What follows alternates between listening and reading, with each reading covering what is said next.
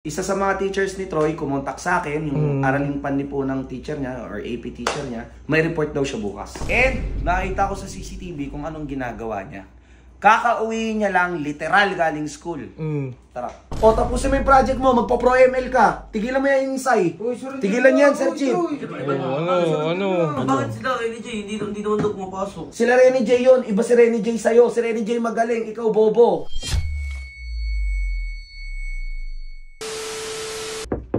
Diba? Nakakatok ko. Si J. Magwawala yan, magwawala yan. Hey. Magwawala. Diba? Sabi ko na magwawala eh. Ano Sob? Sama mo nga ako. Ay! Ano yun? Bad trip? Sorry. Kanina pa. Sorry. Nagdagano pa eh. Hindi ako loko. Nag-remind kasi yung teacher sa akin ni Troy. Kasi diba, kinuha ko yung card ni Troy. Opo. So kinausap ko yung advisor ni Troy. Sabi ko dun sa advisor, ma'am, baka po pwede na pakisabihan po yung ibang teachers ni Troy na kontakin ako if may mga importante na gagawin sila Troy. Opo. So, good news na isa sa mga teachers ni Troy kumontak sa akin, yung araling panli po ng teacher niya or AP teacher niya, may report daw siya bukas. Oh! And nakita ko sa CCTV kung anong ginagawa niya. Kakauwi niya lang literal galing school. Tara. Parang alam ko na to ah. Luna naman si Boss Troy dyan. Hoy, insay yung ginagawa niyo. Hoy, Troy. Sarado niyo nga yung pinto. Troy. Uy, sarado nyo nakakaisapit pa eh. May gagawin ka ngayon, di ba? Ha? Wala. Kakauwi mo lang ba? Galing school? Wala pinagawa sa ma'am. Walang pinagawa? Walang pinagawa daw. Yung teacher mo, Troy, sa araling panlipunan, may report ka daw bukas. Troy, Troy, doon nagipagbiron sa'yo. Troy, yung teacher mo sa araling panlipunan nag-chat sa akin, may report ka daw. Nagawa mo na? Oo nga pala. Tigil mo muna yan, ayusin mo muna yan. Kasi Troy, kakagaling mo lang sa school, nag-ML ka, pwede mo munang tapusin kasi yung project mo eh. Tapusin yung assignment mo, tapusin yung report mo, yung mga kailangan. Gusto ko sa mag-apply yan eh. Gusto mag-pro ng ML? O tapusin mo yung project mo, magpo-pro ML ka. Tigilan mo yan insay. Tigilan yan, Sir Chief. Ano? Bakit sila, Renny J? Hindi naman daw pumapasok. Sila Renny J yun, iba si Renny J sa'yo. Si Renny J magaling, ikaw bobo. Hindi. Troy, may tanong ako sa'yo. Ano yung re-report nyo bukas? About saan? Nalimutan ko. Yung ano, demand tsaka supply. Demand at supply. Oy, yung mga ganggang dyan, Radic, tsaka Sir Chief, tulungan nyo sa demand at supply. Gumawa kayo ng report ngayon, ipakita nyo sa akin yung sulat nyo. Bukas na lang, madali na naman yun. Hindi bukas, Troy! Anong oras pasok mo? 12:30? Anong oras ka nagigising? 11. Paano mo gagawin bukas yun? 12:30, pasok mo bukas. Ngayon, gawin nyo ngayon. Ngayong gabi. Pagkatapos nyo gawin, Troy, dyan, i-report nyo sa akin. Pag-resist na lang. Ha? Pag-resist. Pag-recess? O sige. Recess, di ba? O sakto, nagre-recess ka pagkatapos mo mag-recess. I-report mo sa akin. Makinig ka na, kaya naging 73 grade mo eh. Bibigyan kita ng 20 minutes, tapusin yung report mo. I-report nyo sa akin, ha? Oo. Angas, ah. Angas, ah. May padina pa. Lo. Post to. Lo. Ha? Ready ka na? Ano? Aba! Praktisado ka ba? Magiging proud ba ako dyan? Aba! Kaya na no? Putik. Ikaw nagsulat niyan? Sulat grade 2. O sige, game. I-report mo sa akin yan, Troy. Libag, pwede ba? Ayan, yan. O, i-report mo sa akin yan. Sige, wala. Hindi ko na kinersi ba? Baka hindi nyo mabasa eh. Ang cursive. Walang alam. Hindi ko na kinersi ba? Game. Demand. Ano yan, Troy? I-introduce mo muna yung sarili mo pag nagre-report ka. Report, isipin mo, teacher ako. Sige ha, teacher mo ako. Kaming kaklase mo. Yan o. Gusto namin matutunan ng demand at supply. So, i-report mo sa amin yan. Paano ka mag-report? Ha? Anong paano? Introduction, good morning, good afternoon. Oh, good afternoon. Ako si Troy dyan. Ang report namin, ganito. Ano? Kaya alam mo sarili mo. Oo. Isipin mo na sa school ka. Okay. Hindi, kaya mo yun, Troy. Kaya mo yun, Troy. Tsaka ganyan ba sa school? Tinataas mo yan? Wala mo! Sa bukid yan eh, tinataas eh. Hindi, walang... Mainit.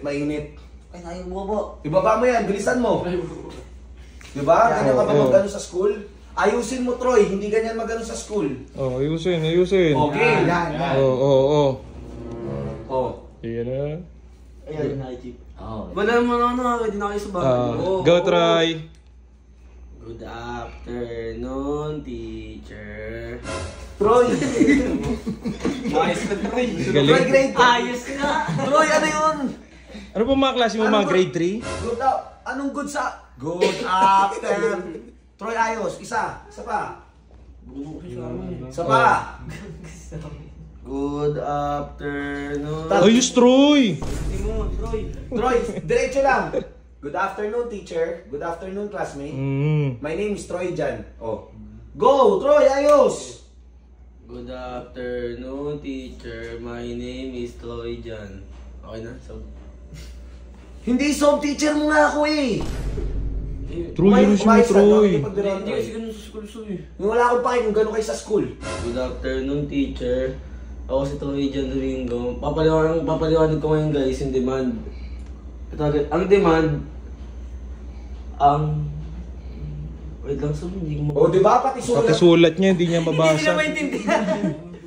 Game. Maestro Troy. Isa pa. Game. Ang demand ay tumutukoy sa dami ng produkto o umiyap sa basahin. Pati sulat mo, hindi na maintindihan. Go. Kaya mo yan. Sulat mo. Troy, sige Troy. Kaya mo yan, Troy. Game. Basahin mo. Paglilingkod na gusto at kayang bilhin ng isang consumer sa isang umiyap. Tuloy mo. Takdang. Takdang presyo ang quantity demanded ay ang dami ng gusto ng bilhin ng mga mamimili sa isang particular na presyo at dami ng demanded wikang Pilipino. Nag-record parang Demanded sa Sige. Ano yung supply? Sige. Oh. Supply. So, hindi mo pwedeng ibang magbasa. Hindi pwede. Report Hindi mo naman yan sila eh. estudyante, ikaw eh. Kahulugan ng supply. Ang supply ay tumutukoy. Pag ganito kasi, nilalapan ako. Sige. Tumutukoy sa dami ng produkto o serbisyo na kayang Oh. At handang. at handang ipagbili sa mga mamimili o anong basa niya? Producer. Producer Sulat mo yan eh. Iba't ibang level ng presyo sa loob ng isang Takdang panahon. Tsaka hindi yan level. Level, Troy. Kasi ito ni ma'am eh. Troy. Sige na, iba yun. Ibang level yun. Okay, nabasa mo na yung kahulugan ng supply at demand. Ano ang supply at demand? Ang demand ay tumutukoy sa... Troy! Binasa mo ulit eh. Binabasa mo. Ngayon, Repeat yan. i-explain mo sa amin yung demand at supply. Summary. Ito nga so. Yan yung kahulugan. Ano yung pagkakaintindi mo sa demand at supply? Ito so, basahin mo. So, Nababasa ko, Troy. Di ako tanga. I-explain mo sa amin yung demand at supply. Pagkakaintindi mo sa demand at supply. ano so? Yung demand so, pagka may jowa na ako, tapos gusto ko pa ng iba. Pag nagde-demand ako.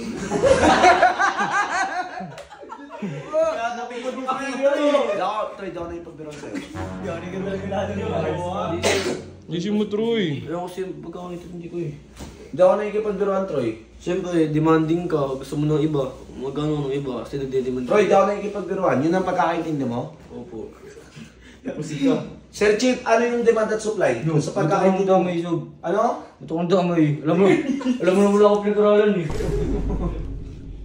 Ang hindi sa dinadami ko kayo, matulungan nyo si Troy. Kasi tulungan lang grupo ba? Kayo, di ba? Ganggang kayo. Oh. Wala naman pinag-aralan sa grade 6 lang na. Pwede, ano yung demand at supply sa pagkakaintindi mo? Ano, ganito lang. So, Troy, biglang kita ng example. yung demand is, kunyari, meron ako construction site, yun yung demand. Tapos, ikaw, magtatayo ka ng mga hardware, ayun yung supply. Ano mo pa? Elaborate. Ano mo pa? Nasa punto ka naman eh. Medyo magulo lang eh. Dapat maintindihan ni Troy. Wait lang, subo. Hindi ako nakikipagbiruan. Trading. Oh. Ang angas-angas nyo, ganyan kayo kabobobo? Oh. Hindi, ito, for example, Troy. Ayun, yung demand is parang, kunyari, eskwelahan. Nangangailangan yung mga eskwelahan ng supply para sa mga estudyante. Then yung demand ng eskwelahan, kunwari, ako yung may hawak ng mga produkto na yon, ako yung supply na kung ano yung dinedemand ng eskwelahan, yun yung ibibigay ko. Okay, nagigets mo ba, Troy? Hindi mo nagigets? Bobo talaga ako sir. Hindi ka.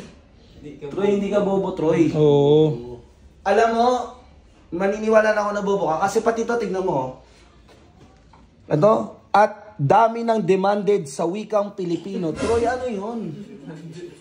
Troy, hindi ka kukuha sa Google, isusulat mo lahat. Ni ultimo, pati ata yung URL, isusulat mo, Troy. Tapos tignan mo, Troy, hindi pinuputol yung letra dito. Oh. Isang letra puputulin mo, kulang ka pa ng letter. Ang produkto, produkto. Troy, ayusin yan, ayusin yan. Pag bumagsak ka dyan bukas sa report mo, 1 week kang hindi kita bibigyan ng baon. Sabihin mo sa teacher mo, Troy, dyan, nalalagyan ng grade yan. Or kung mas maganda, gumawa kayo ng bago kasi ang pangit ng gawa mo. Lagyan ng grade. Yung Manila paper para nalaman ko nag-report ka. Puro kayo kabobohan eh.